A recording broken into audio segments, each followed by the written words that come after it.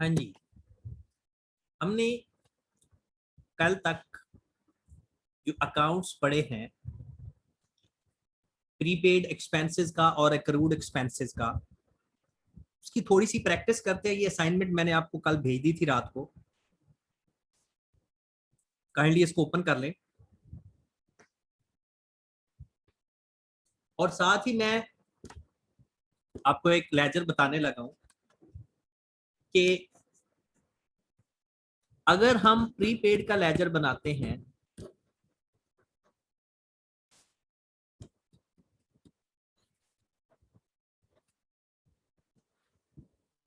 कि अगर इंफॉर्मेशन में सिर्फ प्रीपेड हो तो हम ब्रॉड डाउन यहाँ पे लिखते हैं, कैरी डाउन क्योंकि बाय नेचर ये एसेट्स होता है। जितना कैश ड्यूरिंग द ईयर पे करते हैं और बैलेंस में हमारे पास वो एक्सपेंस फॉर द ईयर आ जाता है। और अब जो चीजें हम लिखते हैं इन सब के बारे में हमें पता भी है कि ये चीज है क्या। फिर हमने सीखा एक्रूड एक्सपेंस का।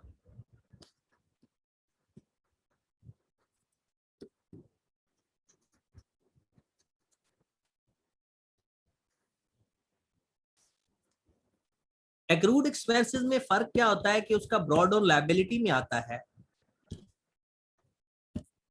बाकी वही जो कैश ड्यूरिंग द ईयर पे करेंगे कैश क्रेडिट हो जाएगा हमारा, और जो बैलेंसिंग फिगर आएगी वो प्रॉफिट एंड लॉस अकाउंट में एक्सपेंस फॉर द ईयर आएगी। ये हमने दो लेजर सीखे हैं, प्रीपेड एक्सपेंस का और एक्रूड एक्सपेंस का। अब जरा एक थर्ड लेजर गौर फरमाना, जरा ध्यान से देखना कि कभी कभी ऐसा होता है कि हम सिर्फ एक्सपेंस का लेजर डील करते हैं।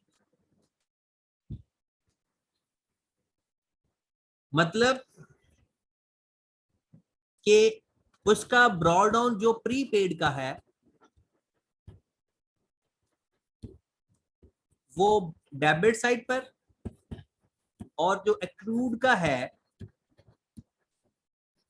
वो क्रेडिट साइड पर। मतलब हम जब आपको एक ही नेचर के एक्सपेंसेस में कुछ एडवांस हूं और कुछ एक्रूड हूं, मतलब कुछ लोगों को हमने एडवांस पैसे पे कर दिए, कुछ लोगों के हम बाद में पे करते हैं, तो ऐसा भी पॉसिबल है कि आपको दोनों information available.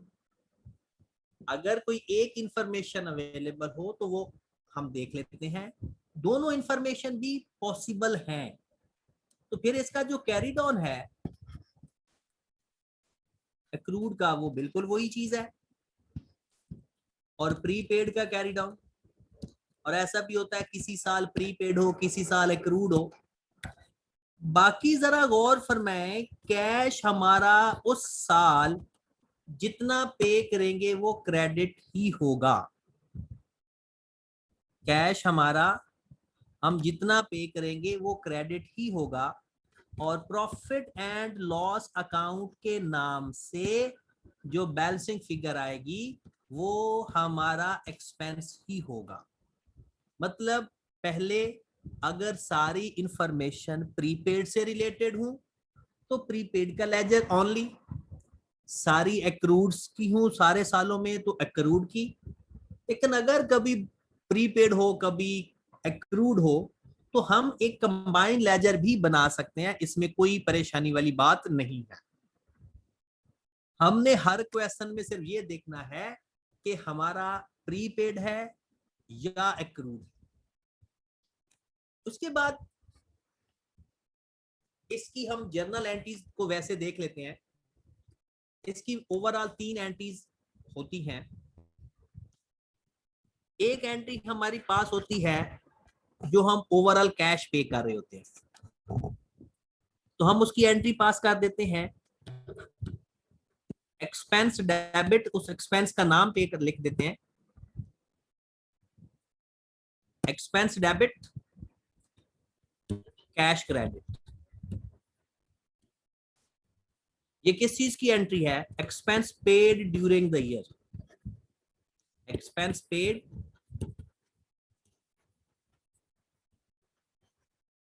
During the year. जितने भी एक्सपेंस पे करेंगे उसकी एंट्री पास होगी एक्सपेंस डेबिट कैश क्रेडिट। अगर आप इस लेजर में देख ले तो ये इस कैश की बात हो रही है। एक्सपेंस हमारा डेबिट हो रहा है कैश के नाम से। उसके बाद एक और एंट्री हम पास करते हैं, expense debit, expense payable credit.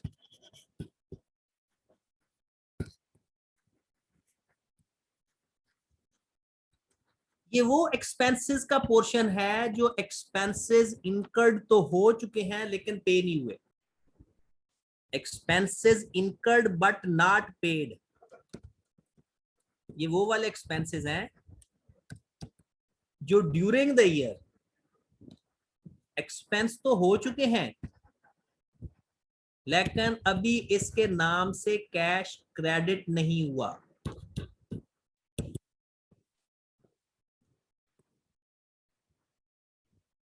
Accrued expense भी बिल्कुल आप लिख सकते हैं। तीसरे नंबर पर जो एंट्री आएगी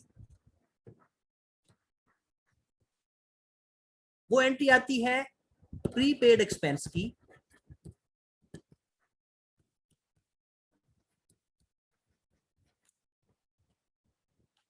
प्रीपेड एक्सपेंस डेबिट होते हैं हमारे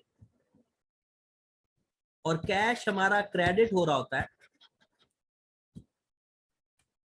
ये क्या चीज है? Expenses paid but not incurred. Expenses paid but not incurred.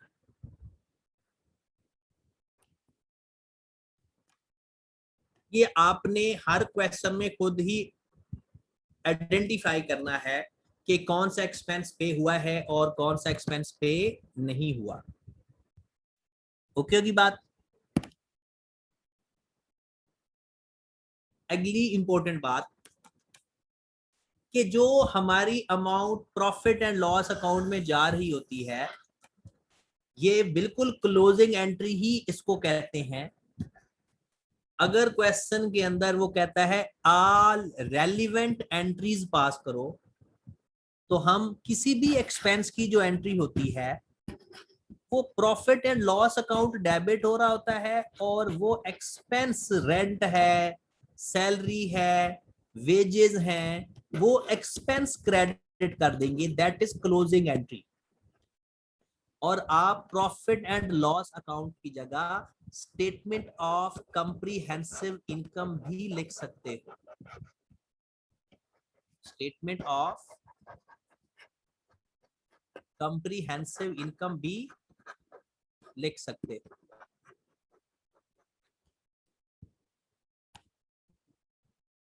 ये एंट्रीज, ये क्लोजिंग एंट्री है। और जब वो कहता है ऑल रेलिवेंट जर्नल एंट्रीज या ऑल रेलिवेंट एंट्रीज तो तब हम साथ क्लोजिंग एंट्री भी पास करेंगे। अभी हमने सिर्फ एक्सपेंसेस का जिक्र किया है। अब हम इसके क्वेश्चन कर लेते हैं। एक क्वेश्चन कर लेते हैं ताकि एक थोड़ा सा आइडिया हो जाए और फिर नेक्स्ट हम आज इनकम को डिस्कस करेंगे ताकि कल उसके भी क्वेश्चन कर लें। पहला क्वेश्चन है, इंश्योरेंस अकाउंट बनाना है हमने 1 साल का। ये क्वेश्चन मैंने आपसे करवाना है लेकिन एक दफा पढ़ के दे देता हूं।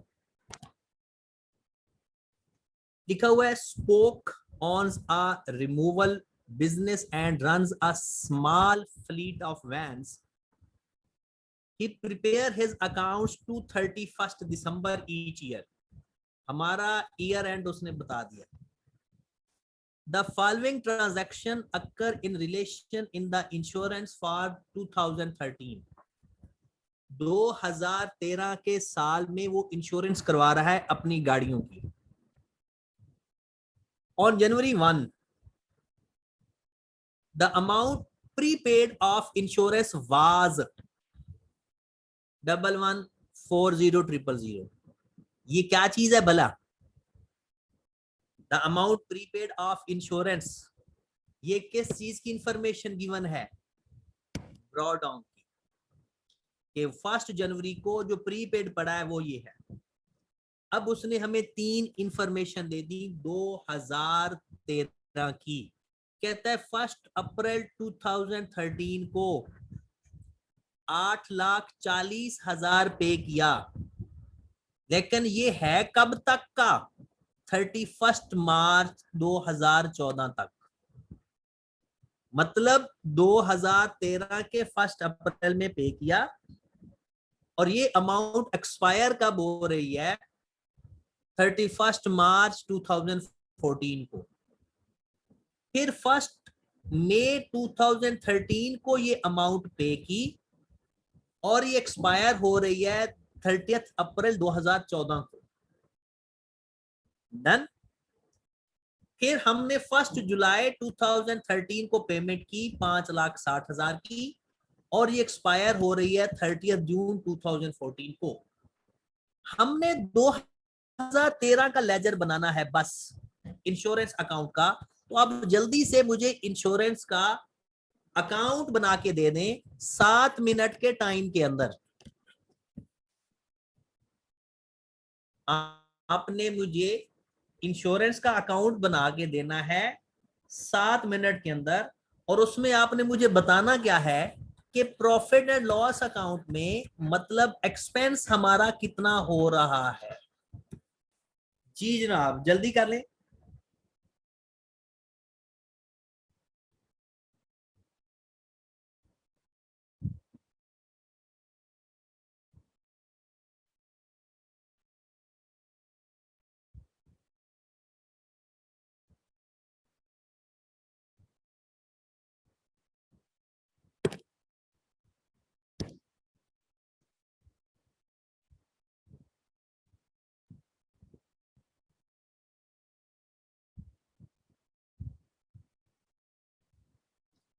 वैसे तो 7 मिनट ज्यादा टाइम दिया मैंने आपको, लेकिन अगर आप 7 मिनट में कर लेते हो तो ये भी ठीक है।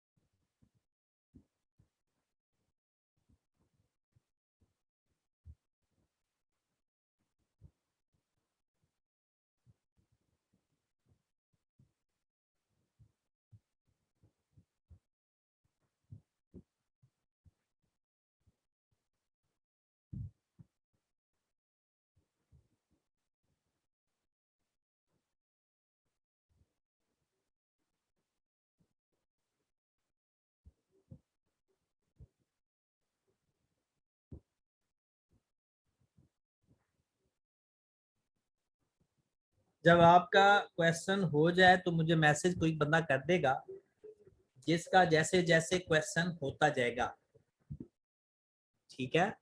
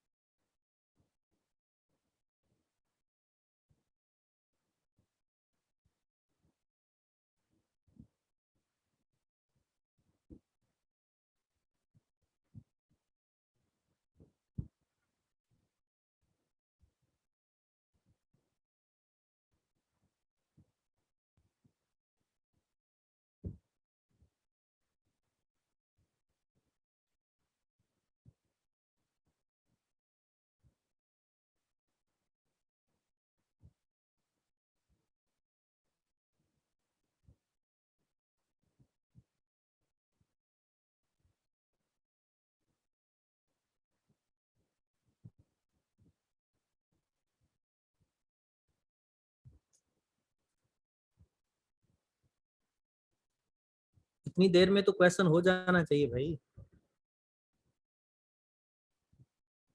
इतनी देर में तो क्वेश्चन हो जाता है।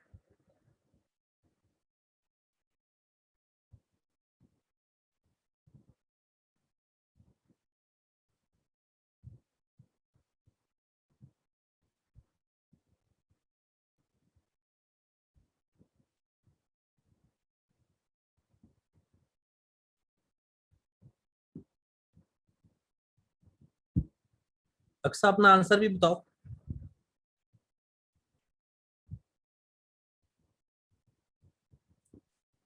शोएब का आंसर आ गया है। जो प्रॉफिट एंड लॉस अकाउंट की आपने फिगर निकाली है वो आपने बतानी।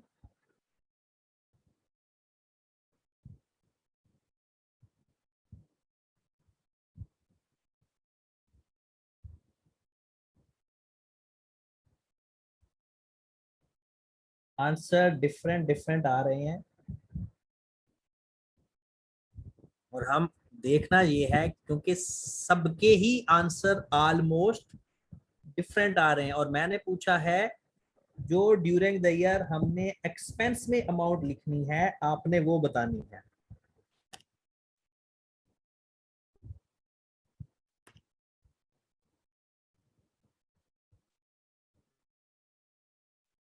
जी,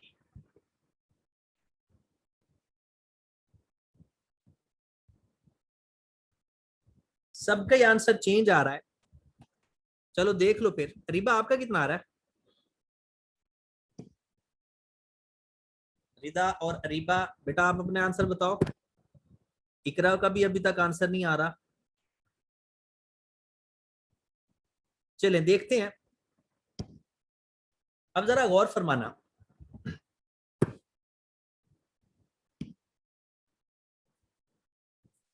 ये प्रीपेड का केस है। चाहे प्रीपेड का केस हो चाहे जो मर्जी हो, अब तो हम एक कंबाइन अकाउंट भी बना सकते हैं। इंश्योरेंस एक्सपेंस का लेजर बना लेते हैं। अगर प्रीपेड होगा तो डेबिट साइड पर, और अगर एक्रूड होता तो क्रेडिट साइड पर ड्रॉडाउन लिख देते। ड्रॉडाउन मेरा आ रहा है 11400000। मैंने जो कैश पे की है 1 अप्रैल, 1 मई और 1 जुलाई, 1/4/2013 को एक कैश पे किया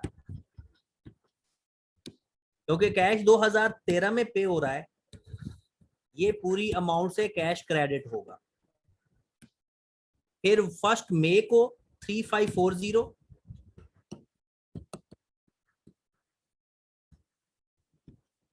354000, और फिर कैश पे हुआ 560,000 1 जुलाई को।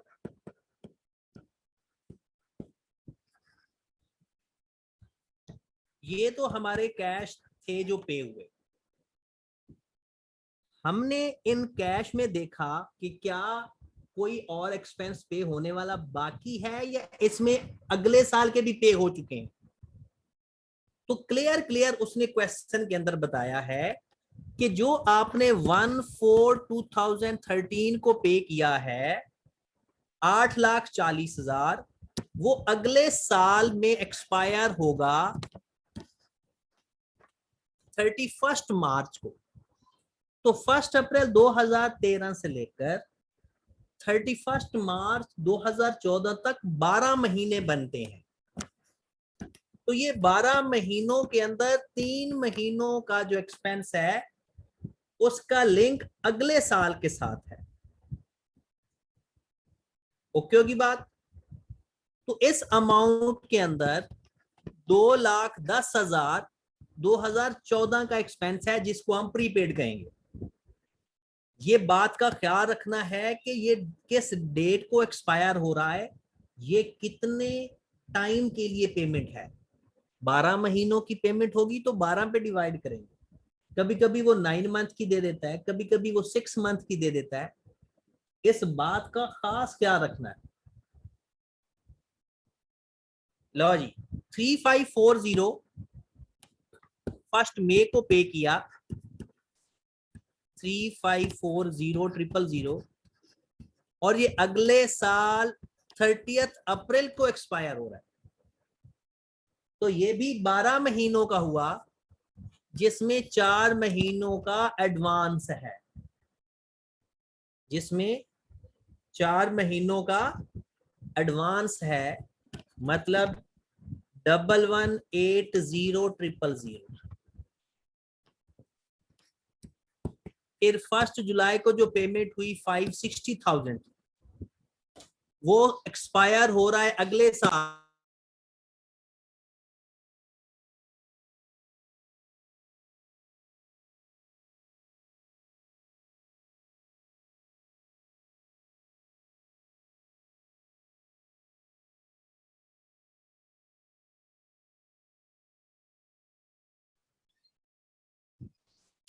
तो इसके अंदर कितने महीनों का एडवांस हुआ? 560,000 भी 12 महीनों का है। कितने महीनों का एडवांस हुआ? 6 मंथ का, तो 6 से मल्टीप्लाई कर देंगे, 280,000। ये हमारे पास अमाउंट आ गई जो कि रिलेट करती है अगले साल को, और पे हमने कर दिया है 2013 के अंदर।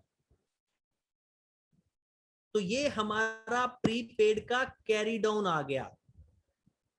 31 दिसंबर 2013 को हमारा कैरी डाउन आ गया 1,67,000,000। लो मेरे भाई, अब हम निकाल लेंगे बैलेंसिंग फिगर जो कि चार्ज होनी है एक्सपेंसेस के नाम से प्रॉफिट एंड लॉस अकाउंट में। 1140 plus 840 plus 3540 plus 560, total payment होगी हमारी 6080,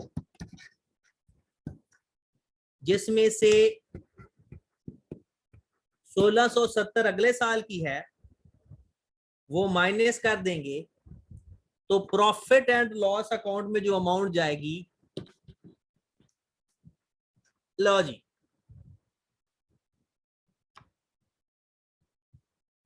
जिस जिस शख्स का आंसर ठीक नहीं है तो इसके लिए ओपन ऑफर है कि वो डिस्कस कर सकता है कोई भी बात, किसी भी तरह की बात वो डिस्कस कर सकता है। क्लियर हो गया जनाब?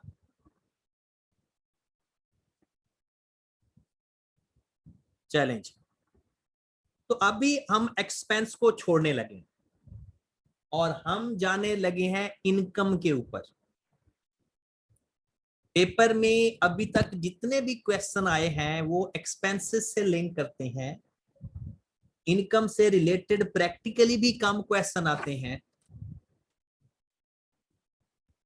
लेकिन कॉन्सेप्ट तो है, हमने उसको डिस्कस तो लाजमी करना है। तो अब आ जाओ इनकम के ऊपर।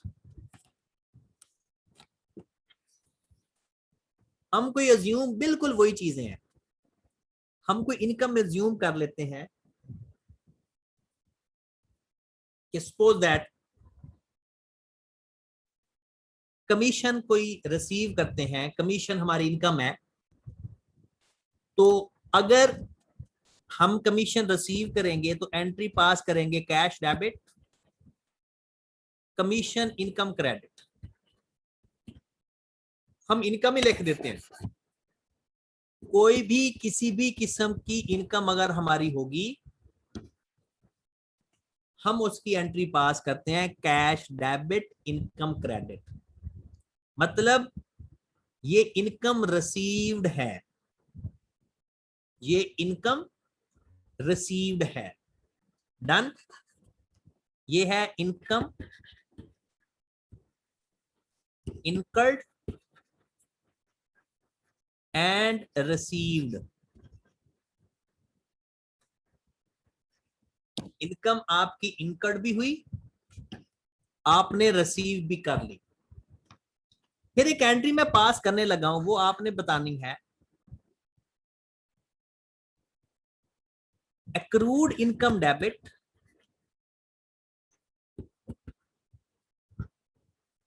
या इसको हम कह सकते हैं इनकम रिसीवेबल डेबिट,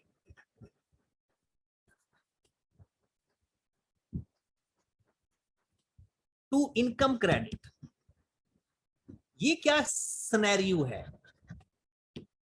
इनकम हमारी क्रेडिट हो रही है, मतलब इनकम इनकर्ड हो चुकी है, लेकिन हमारा कैश नहीं आ रहा। तो ये कौन सा सिनेरियो बन रहा है? Income incurred but not received. Abu Bakar कह रहा है कि एडवांस इनकम। अबू बकर भाई नहीं, ये इनकम जब क्रेडिट हो रही है, इसका मतलब ये है कि इनकम इनकर्ड, इनकम हो चुकी है, अभी तक रिसीव नहीं हुई, बट नॉट रिसीव्ड, रिसीवेबल है बट नॉट रिसीव्ड, अभी रिसीव नहीं हुई। मतलब हमने किसी का काम कर दिया है, उसने हमें अभी पैसे नहीं दिए।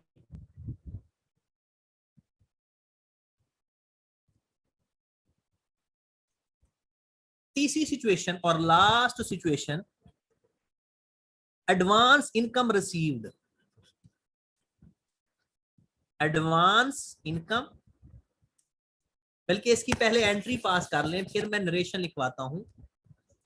कहते हैं कैश डेबिट, कैश मिल गया, unearned income credit, unearned income, इसको एडवांस इनकम भी कहते हैं।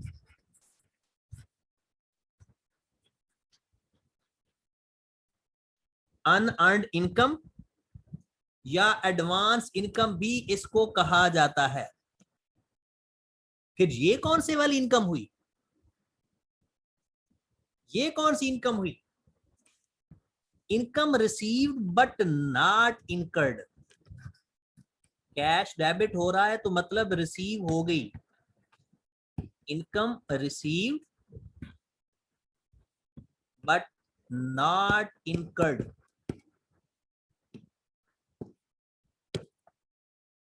ओके होगी बात कि हमने सर्विस प्रोवाइड कर दी है या हमने काम कर दिया है, लेकिन उसके बदले हमें पैसे नहीं मिले, तो वो होती है एक्रूड इनकम। और दूसरी बात कि हमने सर्विस अभी दी नहीं, फ्यूचर में सर्विस प्रोवाइड करनी है, अगले साल वाली इनकम आज रिसीव कर लें, तो हमारी एडवांस इनकम कहलाती है।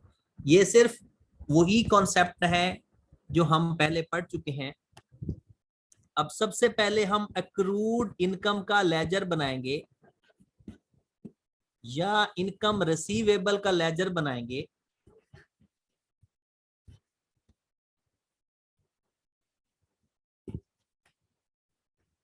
बिल्कुल सारे के सारे वही कॉन्सेप्ट हैं जो कि हमने एक्सपेंसेस के अंदर डिस्कस किए हैं।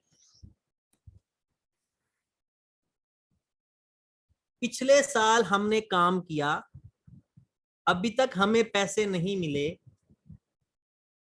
वो है तो हमारी इनकम रिसीवेबल। उस इनकम रिसीवेबल के बारे में आप मुझे बताएं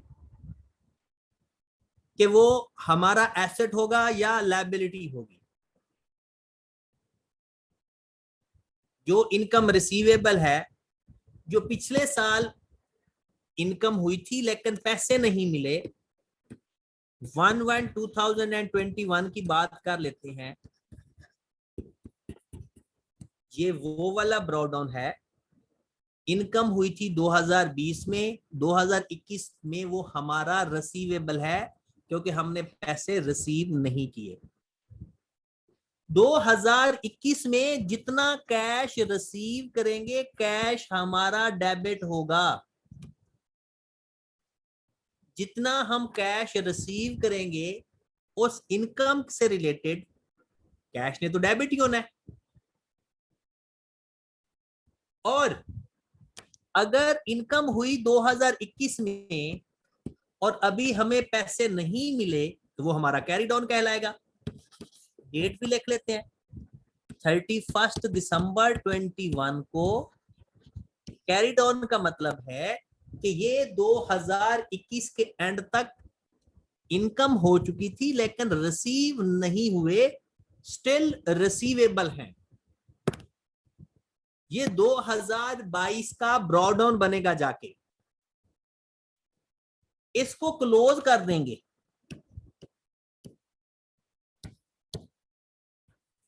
हमारे पास प्रॉफिट एंड लॉस अकाउंट के नाम से जो अमाउंट आएगी ये हमारी होगी इनकम ड्यूरिंग द ईयर, क्योंकि जब भी प्रॉफिट एंड लॉस अकाउंट या statement of comprehensive income credit हो रहे हूं तो वो हमारी इनकम होती है।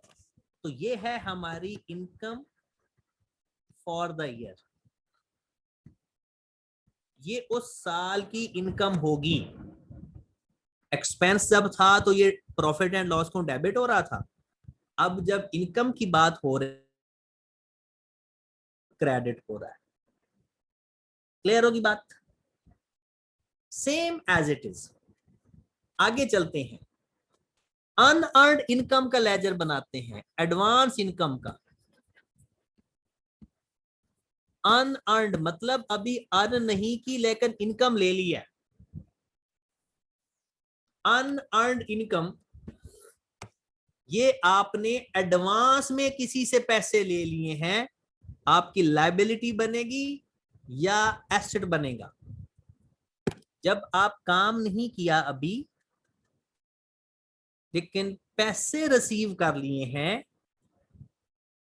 तो ये हमारी लायबिलिटी बनेगी, ये हमारी लायबिलिटी बनेगी। तो 1/1/21 को हमने वो पैसे जो 2020 में रिसीव तो कर लिए हैं लेकिन काम अभी 2021 में हमारी लायबिलिटी है।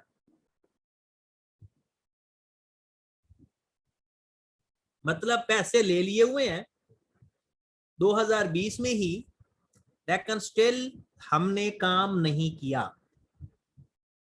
फिर जो हमने 2021 में पैसे लिए हुए हैं, एडवांस में काम करना है 2022 में, तो ये हमारी लायबिलिटी का कैरी डाउन आ जाएगा। फिर वही बात, जो कैश रिसीव करेंगे कैश हमारा डेबिट होगा, क्योंकि इनकम के केस में कैश रिसीव करते होते हैं, एक्सपेंसेस के केस में कैश पे करते होते हैं। खत्म होगी बात, क्लोज करेंगे तो हमारे पास प्रॉफिट एंड लॉस अकाउंट के नाम से जो अमाउंट आएगी ये होगी हमारी इनकम ड्यूरिंग द ईयर, यानी ये उस साल की प्योर इनकम होगी।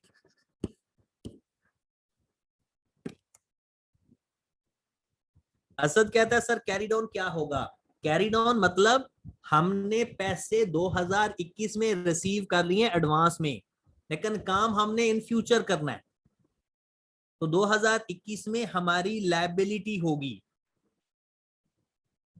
करीबन है कि कैश बता दें? कैश का मतलब ये है कि इस साल मजीद हमने कितना कैश रिसीव कर लिया है, उसमें से जितना एडवांस होगा वो कैरी डाउन में लिख देंगे। ये कैश ड्यूरिंग द ईयर 2021 के साल में रिसीव्ड है, 2021 के साल का रिसीव्ड है। खत्म होगी बात। यानी बिल्कुल वही है, सिर्फ और सिर्फ कैश और प्रॉफिट एंड लॉस अकाउंट की पोजीशन चेंज हो गई और आखिरी फिर हमारा लेजर बनने जा रहा है कंबाइन लेजर इनकम का। बिल्कुल वही जैसे हमने एक्सपेंसेस का पढ़ा, सेम एज इट इज। हमारे पास ड्रॉ डाउन आएगा इनकम रिसीवेबल का इधर, अगर रिसीवेबल होगी इनकम और अगर एडवांस में इनकम ले ली होगी, उसका ब्रॉ डाउन लायबिलिटी साइड पर आएगा, क्रेडिट साइड पर आएगा। फिर इनके कैरी डाउन अपोजिट साइड पे आएंगे, एडवांस इनकम का कैरी डाउन और रिसीवेबल का कैरी डाउन।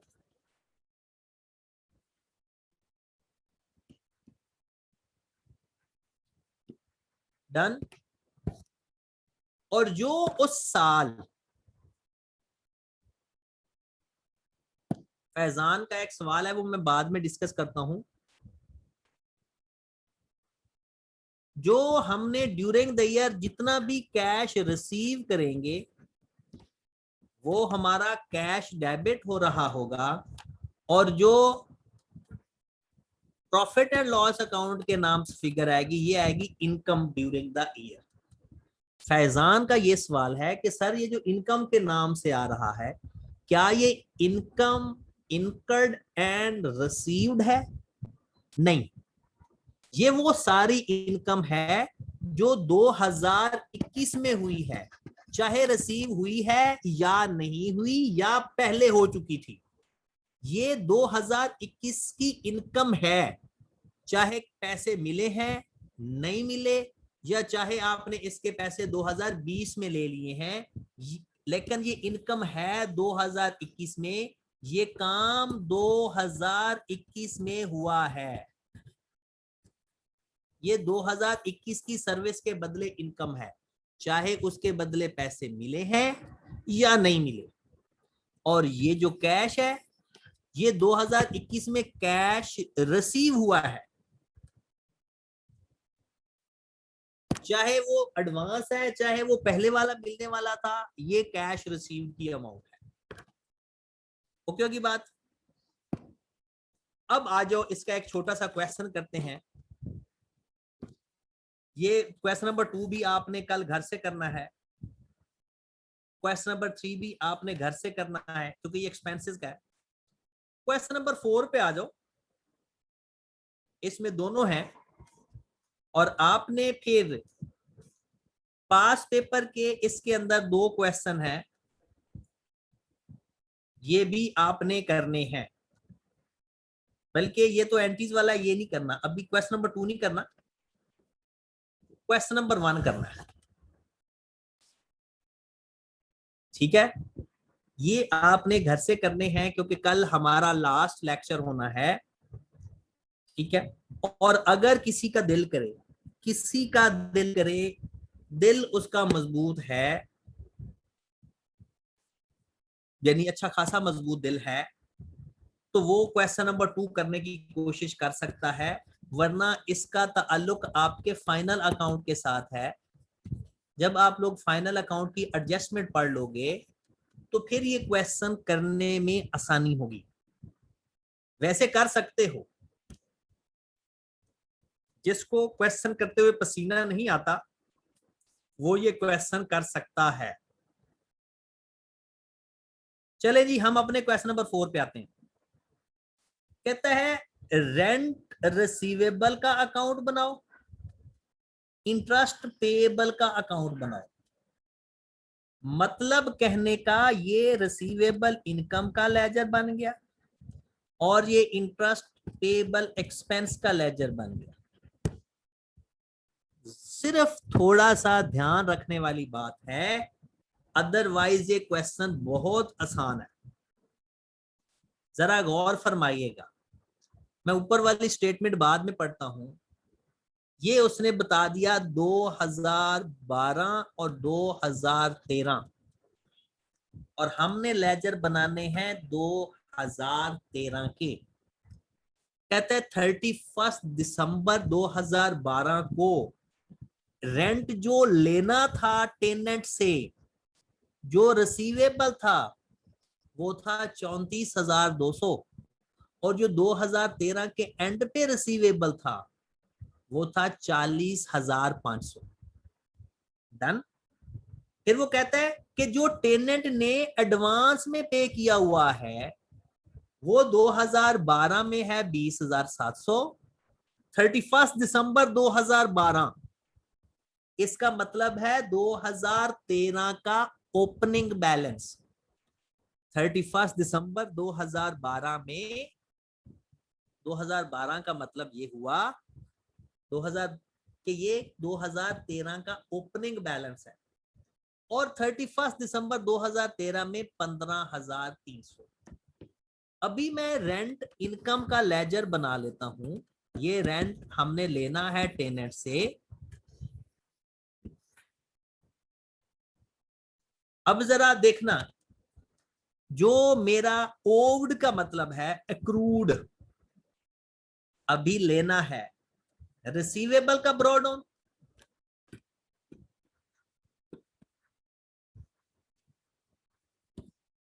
रिसीवेबल का ब्रॉडाउन है जनाब 34,200, 34,000, और उसने साथ ही 31 दिसंबर 2013 का बैलेंस भी बता दिया है खुद ही, वो है 40,500। ये तो किस्मत अच्छी है, वरना मोस्टली ये फाइंड करना पड़ता है, और इस दफा जी पेपर में जो आएगा वो फाइंड ही करना पड़ेगा। ये बात याद रखें कि वो इतना अच्छा नहीं है आई कैप कि हमें बनी बनाई खीर दे देगा, हमें खीर खुद बनानी है। उसके बाद जो प्रीपेड है, जो एडवांस रेंट है, वो 20,700 का ब्रॉडाउन है।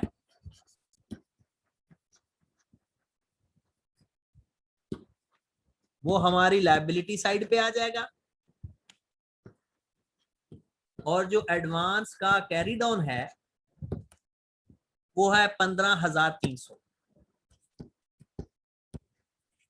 अब दो इंफॉर्मेशन रह गई, इन दोनों में से वो एक का हिंट हमें देगा और दूसरी हम बैलेंस करके फाइंड कर लेंगे। अब जरा क्वेश्चन पे आओ। लिखा हुआ है owns on various properties which he rent, some tenants pay in advance some in arrears. कहता है कुछ लोग एडवांस में पैसे दे देते हैं, कुछ लोग बाद में देते हैं। कहता है similarly with his various borrowing the interest is paid in arrears and advance. कहता है बिल्कुल ऐसे ही जो उसने पैसे उधार पे लिए हुए हैं, किसी को एडवांस में इंटरेस्ट पे कर देता है, किसी को बाद में करता है। ये वो नीचे वाली इंफॉर्मेशन है, ये हमारी इंफॉर्मेशन है। कहता है during 2013 rent collected was this. ये कैश रिसीव्ड है रेंट के केस में, या रेंट इनकम है ड्यूरिंग द ईयर, ये आपने बताना है। ये 2013 के साल का, तो कहता है रेंट कलेक्टेड है, ये कैश रिसीव्ड की इंफॉर्मेशन दे रहा है, या ड्यूरिंग द ईयर वो कहता है इतना रेंट बनता है। रेंट कलेक्टेड मतलब पैसे कलेक्ट किए हैं, तो ये कैश डेबिट कर रहा है वो, मतलब हम कैश डेबिट कर देंगे। कितना 2013 में कलेक्ट किया? 229,500, 229। लो मेरे, बात हो गई खत्म, क्लोज कर देंगे। और इतना रेंट 2013 की इनकम में आएगा, प्रॉफिट एंड लॉस अकाउंट के नाम से लिख लेते हैं। कितनी बैलेंसिंग फिगर आ रही है? 20,700 में 229,500 ऐड कर दो, 40,500 भी ऐड कर दो, 290,700।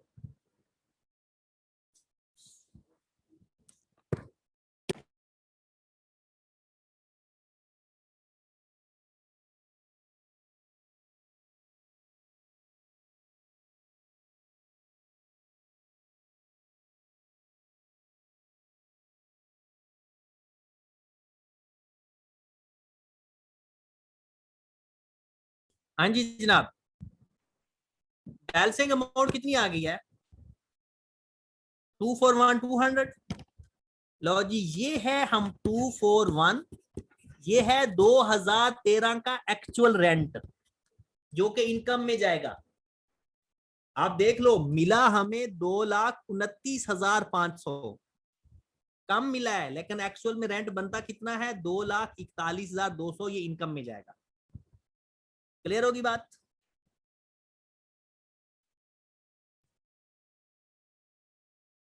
अगर हम इसको देखकर एंट्री पास करें, सिर्फ इसको देख के, तो आप एंट्री पास कर सकते हो cash debit, rent income credit, और फिर ये profit and loss account credit और रेंट इनकम डेबिट हो जाएगा। इन दोनों की अगर हम एंट्री पास करना चाहें तो।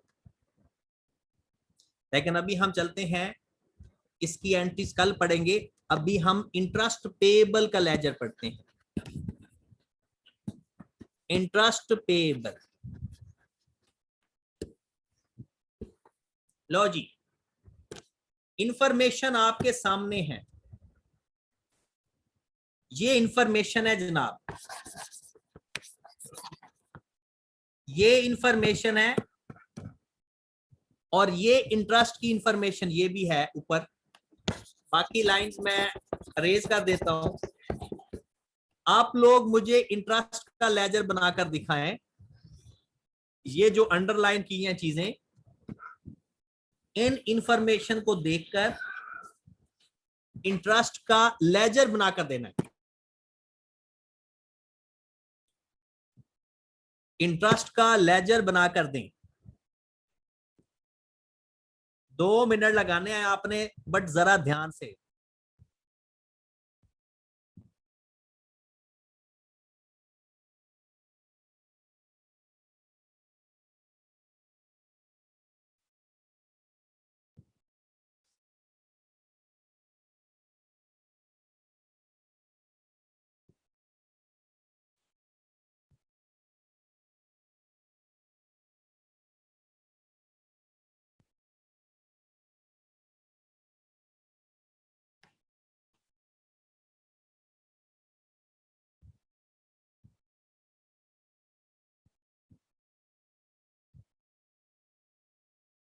दो मिनट का काम है वैसे, ये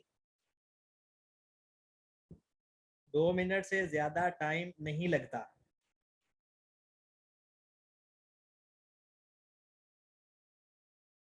चलें, और हम कहता है हो गया है, बाकियों का भी मैसेज आना शुरू हो गया है।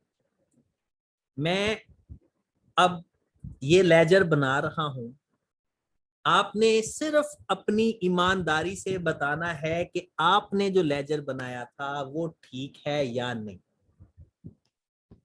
इंटरेस्ट पेएबल का मेरा जो ब्रॉड डाउन होगा, जो एक्रूड का होगा या एरियर्स का कह दो, वो इस साइड पर आएगा,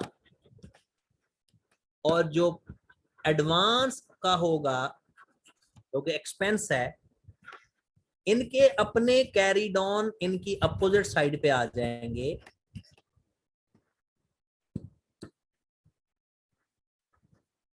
डन होगी बात? अब आओ जरा देखते हैं।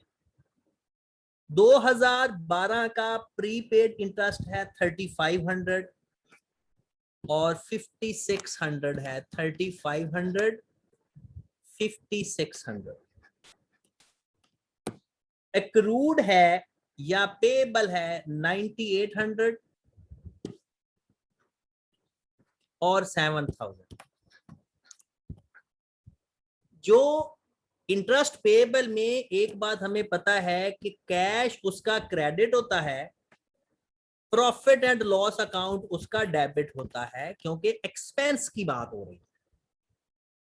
अब जरा गौर करें, वो लिखा हुआ है interest charge to the statement of comprehensive income was 52,500। ये अमाउंट प्रॉफिट एंड लॉस की गिवन है, ये इंटरेस्ट पेड की अमाउंट नहीं है। क्या लिखा हुआ है?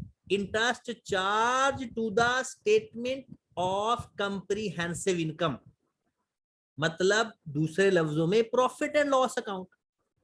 तो ये जो 52,500 गिवन है, ये गिवन है फॉर द ईयर, और बैलेंस करके हम देखेंगे कि हमने कैश कितना पे किया during the year. Balancing figure हमारी कैश निकलेगी। तो कैश कितना पे कर रहे हो? 53,200। कैश हम कितना पे कर रहे हैं? 53,000। ये इसमें फाइंड करना था।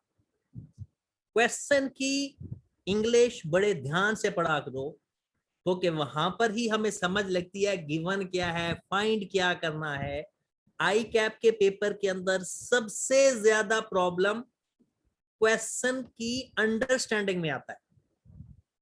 जो बंदा क्वेश्चन की अंडरस्टैंडिंग सही कर लेता है, उसके फेल होने का चांस रिमोट हो जाता है, मतलब ना होने के बराबर।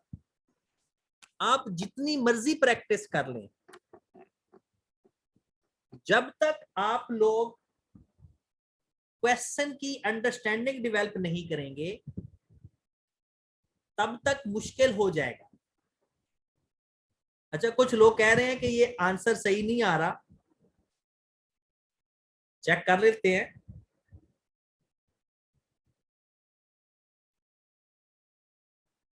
कुछ लोग कह रहे हैं कि इसका आंसर ठीक नहीं आ रहा।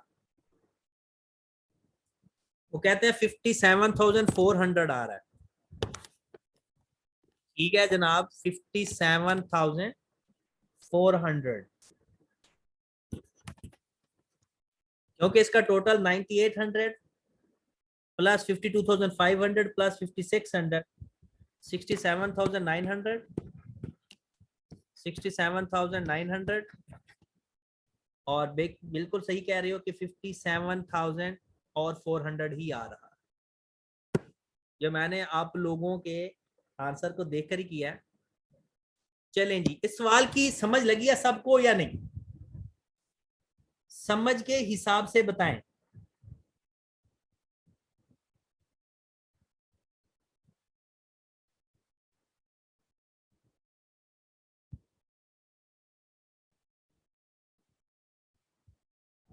ओके है जनाब?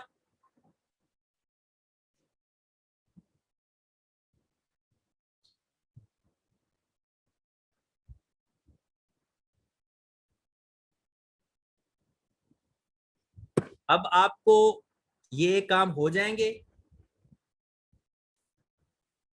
तो हमारा एक्रूवल और प्री पेमेंट का टॉपिक आज के दिन कंप्लीट हो गया। कल इंशाल्लाह जो आपको मैंने क्वेश्चन दिया है ये सॉल्व करेंगे, उसमें जो ट्रिक्स वगैरह इस्तेमाल होंगे उसको देखेंगे। तो फिर मंडे को, क्योंकि हमारी फिजिकल क्लासेस स्टार्ट हो रही हैं, जितने टॉपिक्स मैंने पढ़ा दिए हैं, मैंने पहले नेक्स्ट वीक में सबका इंडिविजुअल टॉपिक वाइज टेस्ट लेना है। ठीक है? अरीबा ने कहा है कि सर ऊपर इंटरेस्ट पेएबल लिखेंगे या इंटरेस्ट लिखेंगे? इंटरेस्ट एक्सपेंस लिख देंगे, कोई चक्कर ही नहीं है। वो पेएबल लिख दो ना, वो इंटरेस्ट लिख दो, ओके है सब कुछ। अक्सर ने कहा है कि टाइमिंग सुबह की होगी या शाम की? अक्सर बेटा, कल जो हमारे यानी टेस्ट होंगे क्लासेस का, मेरे ख्याल में तो यही सजेशन है कि जो टाइमिंग दोनों क्लासेस का चल रहा है वैसे ही रहे, कि 8 बजे से सुबह 9 बजे तक हमारी एक क्लास हो जाया करे और दूसरी क्लास हमारी 11:30 पे हो जाया करे। मतलब जो रूटीन में क्लासेस चल रही हैं यही टाइमिंग हो तो ज्यादा बेहतर है। लेकिन फिर भी जो कॉलेज वाले हमें टाइम टेबल देंगे हम उनको भी फॉलो करेंगे, और साथ साथ इंशाल्लाह हमने नेक्स्ट वीक में टेस्ट ले लेंगे जो पिछले क्वेश्चन पढ़ लिए हैं, और फिर उसके बाद अपनी प्रॉपर तैयारी शुरू कर देंगे इंशाल्लाह। ओके जी, अल्लाह हाफिज, अपना ख्याल रखिएगा और अपने पेरेंट्स का ढेर सारा ख्याल रखा करें।